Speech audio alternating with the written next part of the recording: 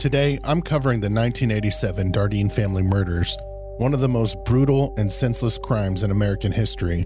Not only was it horrifically violent, but also none of it made sense. The crime was organized yet disorganized. The killer or killers were calm yet savage. There were so many contradictions that the FBI couldn't even come up with a psychological profile of the killer or killers. They didn't know where to start. This was like nothing they have ever seen before or since. And nearly 40 years later, the case is still unsolved. Let's get into it. Dardeens were the epitome of ordinary. They were a quiet, church-going family just trying to build a modest life in the farmlands of southern Illinois. Keith and Elaine lived with their young son Peter in a small mobile home just off Route 37, nestled near a stretch of railroad tracks that cut through the flat, empty fields of Ina. It wasn't much, but it was theirs, and they made it work. Keith, 29, was steady and responsible. He worked at the Rend Lake water treatment plant and never missed a shift. He called his mother every single day without fail. He was so frugal, he collected soda cans and put the spare change into a college fund for his 3-year-old son. Elaine, 30, was 7.5 months pregnant with their second child, a little girl they planned to name Casey. Elaine worked part-time at an office supply store and played piano at their church on Sundays. Friends described her as gentle, soft-spoken, and devoted to her family. Peter was their firstborn, bright, curious, full of questions and energy. He had just learned how to count and spent afternoons lining up his toy trucks along the carpet. They didn't have much, but they were planning, preparing. They had a painted corner of the trailer for baby Casey. They bought a crib and marked the due date on the calendar. The Dardeens kept to themselves, avoided drama, never got into trouble. They were doing what so many young families try to do: build something stable, something safe. But in November of 1987, that quiet life was destroyed with a level of violence so savage it would haunt the region and investigators for decades to come. In the months leading up to the murders, Keith Dardeen's behavior began to change. He grew increasingly uneasy and cautious. There had been 14 homicides in the previous 2 years in Jefferson County alone, and some were absolutely horrific crimes, such as the tragic Amy Schultz case. She was a young girl who was kidnapped and murdered. However, none of the 14 homicides in Jefferson County those years have ever been linked to the Dardeen murders. Keith, who once left his doors unlocked and welcomed people without hesitation, started locking up at night and becoming more cautious. Not long after that shift in behavior, a strange young woman knocked on their door one night, asking to use the phone. Keith refused to let her in, later telling his mother, "No way, I wasn't letting her in." And that reaction seemed completely out of character for Keith, but it showed how seriously he was taking the threat of violence. Now, whoever that woman was, she was never identified. And while there's no evidence linking her to the murders, the encounter raises the obvious question: was someone scouting the Dardeen home in the weeks before the family was slaughtered? We may never know. On November 18th, 1987, Keith Dardeen failed to show up for his evening shift at the Rend Lake water treatment plant. Even more concerning, he didn't call in. For Keith, who was always punctual and responsible, this immediately raised red flags. His co-workers tried calling his house multiple times. No answer. So they contacted the supervisor, who reached out to Keith's parents. So that night, Keith's parents drove to the mobile home, worried and uneasy. They met local police at the door. Using a spare key, they quietly unlocked it and stepped inside. At first glance, nothing seemed wrong, nothing out of place. The lights were off. The living room was tidy. In the kitchen, dinner plates were still on the table. There were no signs of forced entry, no broken windows, no kicked-in door. Nothing had been stolen. Cash, jewelry, and electronics were still in plain sight. But what they found in the bedroom was a scene of absolute horror. Elaine Dardeen, 30 years old and 7.5 months pregnant, had been bound with duct tape and bludgeoned to death with a baseball bat.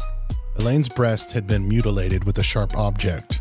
And something horrible, during this brutal attack on Elaine, the stress induced her into labor. And while being beaten, Elaine gave birth to her daughter, Casey. That's right, the baby was born alive during the attack. But instead of fleeing or showing even a flicker of human decency, the killer used the same bat to beat the newborn to death. Newborn baby Casey was found next to her mother's body, the umbilical cord still attached. Laying next to Elaine and Casey was the body of Peter, only 3 years old. His small body showed signs of extreme trauma, delivered with force by someone completely devoid of empathy. He had also been beaten to death with the same bat that killed his mom and newborn sister. And that bat was actually a recent birthday gift from his father, Keith. All 3 victims, Elaine, Peter, and newborn Casey, were found tucked neatly into bed. The scene looked staged. Their bodies seemed to be deliberately arranged side by side. However, it's unknown to the public if the 3 victims were placed there after the murders occurred or if they were already in bed while being attacked. The motive was unclear.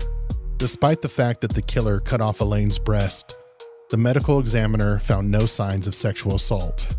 However, we have to keep in mind, due to the fact that Elaine had gone into labor during the attack, any physical evidence of sexual assault could have been obscured. So now the obvious question, where was Keith? He was nowhere to be found. At first, suspicion crept in. Had Keith done the unthinkable and then fled? That theory didn't last long for investigators, because not far away, 11 miles from the mobile home, Keith's car, a red Plymouth, was discovered. It was parked not too far from the Benton Police Department headquarters, not far from the courthouse. This could have just been a coincidence where it was parked, or it could have been deliberate. Regardless, the car was not hidden, it was not dumped, it was just sitting there in plain sight. And when investigators opened the door, they saw blood. A lot of it. But still, no Keith. Just an empty, blood-soaked car parked right across from law enforcement headquarters, almost like they wanted it to be found. It wasn't until later that day, deep in a remote field, just a mile south of the Dardeen's mobile home, that hunters made a grim discovery. Keith Dardeen's body was found lying in the brush, dumped like garbage. He had been executed, shot 3 times, once in the top of the head, once in the right side of the face, and once in the left cheek. The bullets seemed to be placed with surgical precision, but the killer didn't stop there. The killer or killers committed another sexual mutilation. This time it was Keith's genitals. They had cut off his penis entirely. A brutal act that went far beyond murder. This could have been due to rage, dominance, or maybe even symbolism. The blood inside the vehicle confirmed that Keith had been killed there in that car. But why drive that car to the police station? Why take that risk unless it was part of a plan? Investigators believe all 4 murders happened within a narrow window, sometime late on November 17th or early into the 18th in 1987. One detail continues to baffle everyone who studies the case. Keith was shot and the rest of the family, Elaine, Peter, and newborn Casey, were bludgeoned to death with a baseball bat. If the killer had a gun, which they did, why didn't he use it inside the house? Why beat a woman and 2 children to death when a firearm was clearly available? I mean, maybe the choice was intentional, and if it was, that speaks volumes. It's still unknown whether one person committed these murders or more than one was involved. But statistically, most violent crimes, especially family annihilations, are committed by a single individual. The Dardeens were well-liked. There was no history of enemies, no involvement in drugs, no ties to criminal activity. Nothing was clear. According to multiple sources, the FBI never released a psychological profile on the killer, and some reports suggest they declined to create one at all because the case simply didn't fit any mold. It was too erratic, too bizarre. Parts of it looked calculated and organized, like moving Keith's body and ditching the car right outside a police station, but other parts were pure frenzy, beating a mother, a child, and a newborn with a bat, mutilating bodies, tucking the victims into bed. None of it pointed to a clear motive or consistent psychological signature. It was rage mixed with control, mixed with pure chaos. It was all wrapped in one of the most senseless acts of violence imaginable. Let's talk about the evidence, or stunning lack of it. Investigators collected nearly 150 pieces of physical evidence from the 2 crime scenes, the mobile home and the car. That included the baseball bat, duct tape, bedding, clothing, and other items from inside the Dardeen home. They also processed Keith's red Plymouth car after it was found near the Benton police station, splattered with blood, but none of it pointed to a suspect.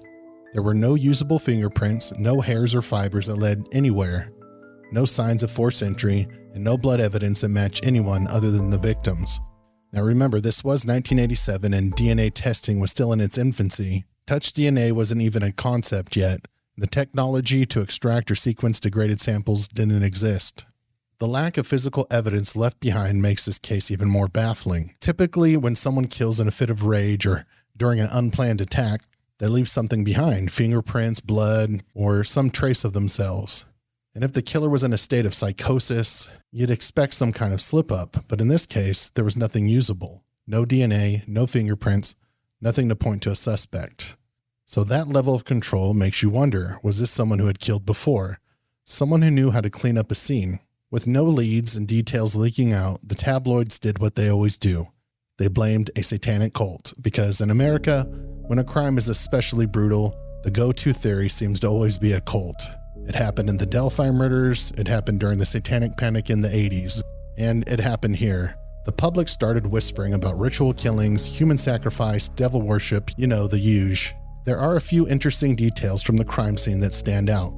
First, there was a lone piece of cloth that was found at the scene, something that didn't belong to the Dardeens. It looked deliberately placed, almost like a twisted calling card or signature left behind on purpose. But even after extensive testing, it led nowhere. Then there's the sexual mutilation. Elaine's breasts had been removed with a sharp instrument. Keith's genitals were severed after death. The medical examiner didn't find evidence of sexual assault, so why did the killer sexually mutilate both Keith and Elaine? And here's where things get even more unsettling. The killer took time to clean up. After bludgeoning Elaine, her newborn daughter, and Peter, he carefully arranged all three bodies in bed, laying them side by side almost as if they were tucked in. The rest of the home was eerily calm, no overturned furniture. The dinner table was still set, nothing was stolen, not even the cash, jewelry, or VCR. Something else to note, police found a small amount of marijuana in the home. Some investigators believed it may have belonged to the killer. Finally, something more recent. A KFVS 12 News investigation confirms that in 2015, police found disturbing handwriting related to the Dardeen case on the interior wall of a house hidden under old wallpaper in Mount Carmel, Keith's hometown. The writing was removed by state police and is currently cataloged in evidence, though it produced no actionable leads. The specific content was never shared with the public, and the investigators declined to share any details when asked. The Dardeen family murders case has never had an arrest, and unfortunately, no solid suspects. But over the years, several theories and people of interest have surfaced. Some were seriously looked into, and others were just the police doing their due diligence. The most promising lead came from death row. A convicted serial killer, Tommy Lynn Sells, claimed that he murdered the Dardeens. However, his confession came while he was awaiting execution in Texas. He was a serial killer and a serial confessor. He claimed that he killed over 70 people. However, him being a suspect isn't too crazy of a thought. This psychopath was a drifter who actually did murder people throughout the United States. Like that drug, I'm after that drug again. I don't have a on and off switch. I'm just after that drug. I'm after that film. I wonder if you could just tell me what happened as you were killing her. Did she give birth to a baby? You push and you luck. I'm sorry. Let's not get into blood and guts, because that's what you're trying to get into. So what's the story that he told to investigators? Tommy Sells told investigators that Keith picked him up at a pool hall in one version of one of his confessions. In another confession, he said he met with Keith at a truck stop. But either way, Tommy claims that Keith invited him to his house, which seems totally out of character of what Keith would do. However, as Tommy's story goes, they had dinner together, they were talking, and out of the blue, Keith propositioned him for a threesome involving his wife Elaine, who was 7.5 months pregnant at the time. That's when, Sells said, things turned violent. There were problems with his story, lots of them. His timeline shifted, his story changed, and Sells had a long history of false confessions, including cases where DNA later proved he was lying. He had inserted himself into so many unsolved murders that many law enforcement agencies simply stopped listening to him. Yet, one detail caught investigators off guard.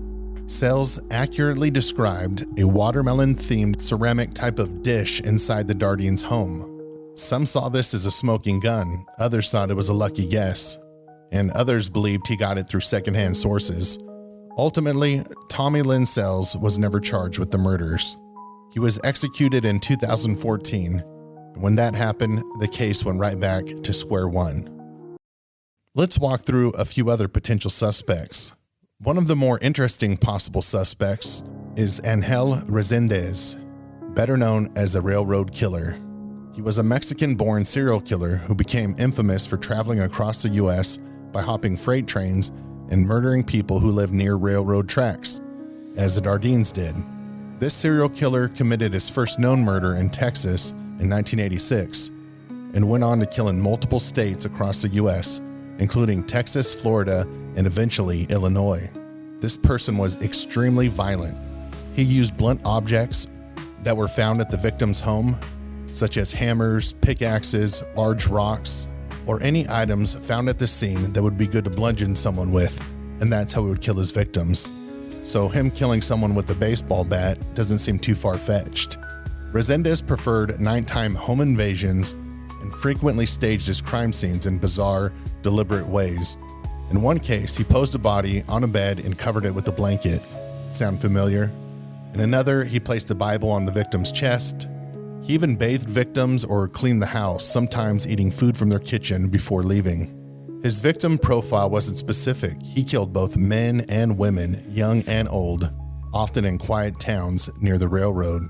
He left behind little to no forensic evidence and operated under multiple identities, making him extremely difficult to track. He did eventually commit a murder in Illinois, but that wasn't until 1999, more than a decade after the Dardeens were killed. Still, the similarities are hard to ignore. The Dardeens lived in a remote home near railroad tracks. They were attacked brutally with a blunt weapon found at the home. The bodies were staged. There were signs that the killer lingered after, and there was no evidence to point to a killer. Illinois authorities did briefly look into Reséndiz, but there was no physical evidence, confession, or timeline confirmation that ever tied him to the Dardeen case. In other words, there's simply no proof that he was in southern Illinois in 1987. That said, Reséndiz remains one of the most plausible suspects ever considered, even if the connection has never been proven.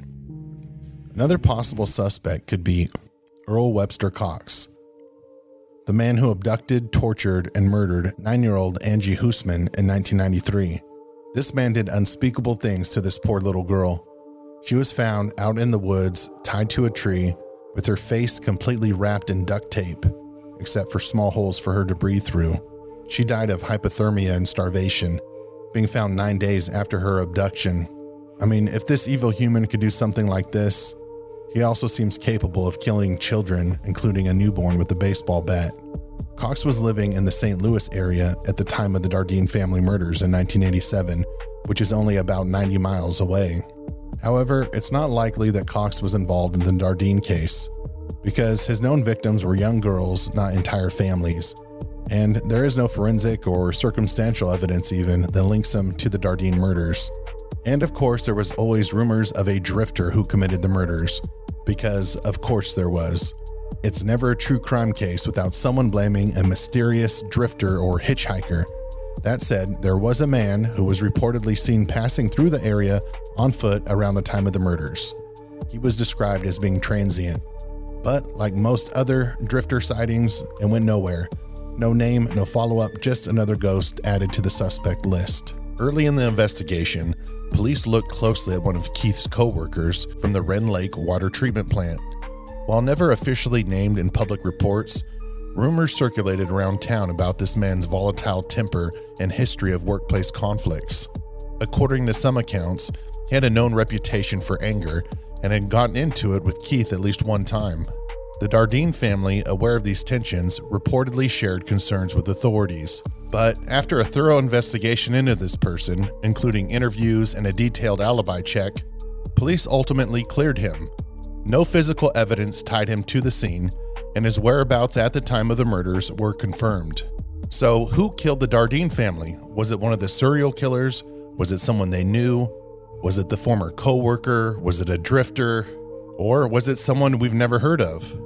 And honestly, that's the most likely scenario, because there's a lot more people we don't know about in this case than who we do know about. So it's likely someone who never made headlines, someone who didn't have a long criminal history, but someone who also had the rage and the instability to do something so horrific. It seems like this person was definitely local though, because where they hid Keith's body and then they dumped off the car, they must have had a ride or another means of transportation to get from where they left the car near the police station to wherever they lived. I was recently talking with Nick, the Colonel from True Crime Garage, discussing the Dardeen family murders. As we were spitballing, he brought up an interesting idea. He wondered if the killer could have been someone who knew Elaine, someone maybe even stalking her, somewhat obsessed with her. Maybe this person was rejected, and in retaliation, this psychopath murdered her and her family. I mean, this case does seem personal, but then you look into cases such as a railroad killer and you think, wow, a complete stranger could have done something like this. This case is truly baffling. We don't even know the sequence of events of which family members were killed first, but let's try and speculate on one and see what is most practical or what is logical. However, let's keep in mind that serial killers or murderers, they're not always logical and they're not always smart. So this could have been an erratic plan or not even a plan at all. All right, let's do it. So we don't know who was killed first, whether it was Keith or whether it was the family members. All we do know is that they were killed about an hour or 2 hours within the same time period. So what would that sequence of events look like if the killer murdered the family first and Keith last? So this would mean that either Keith was not home when the killer got there, like maybe he was running errands or something, or that Keith was there and maybe answered the door and a person with a gun points it at Keith and forces him, say, outside to the trunk, puts him in the trunk of his car. As a side note, we don't even know how the killer got to the Dardeen home. Okay, so the killer, say, puts Keith into the trunk. Then he goes inside the house and proceeds to murder Elaine, Peter, and newborn baby Casey. Then the killer would come back outside, likely covered in blood. Now, the reports are that Keith was killed inside of his car. The reports are vague, so I want to know, does the trunk count as the inside of his car? Because then he likely shot him while he was in the trunk. If not, then the killer would have had to taken Keith from the trunk and place him in the passenger seat of the car. And I asked myself, why would the killer do this? Why not just leave him in the trunk, if he was ever in the trunk in the first place? And my thought was, if this was a sadistic killer and he wanted to mentally torture Keith, maybe he brought him into the car to tell him about what he just did to his family. Or hell, maybe he even brought Keith inside to the mobile home and showed him what he did to the family. I wouldn't put anything past this monster. But the huge question is, why didn't the killer just kill Keith at the same location where he killed the rest of his family? I mean, maybe shooting him would be too loud, but why not just beat him with a bat? Why take a man on a car ride, kill him in the car, dump his body, then keep driving 10 miles later and just leave that car out in the open? None of it makes sense. So no wonder the FBI couldn't do a psychological profile on this animal. I mean, that's just one scenario. Maybe it was the hitchhiker. Maybe Keith picked up this hitchhiker. The hitchhiker killed Keith inside of the car, took his license to find out where he lived, and drove to Keith's house, ambushed his family. I mean, who really knows? Maybe you have a more logical scenario that you could share in the comments. So to me, in my humble opinion, this is another one of those cases from a small town where the police didn't release enough information to the public. This case has been so tight-lipped for almost 40 years, and that has got the investigation nowhere. So it's likely that they also did a sloppy job of collecting and maintaining evidence that can't be used today. It's unfortunate. Today, the Dardeen family murders remain one of the most haunting, unsolved cases in American history. It seems like a cold case, but I guess the files are still open, the evidence is still boxed, and many questions and fears still hang heavy over Jefferson County, Illinois, to this day. Apparently, investigators continue to track down leads, even if quietly.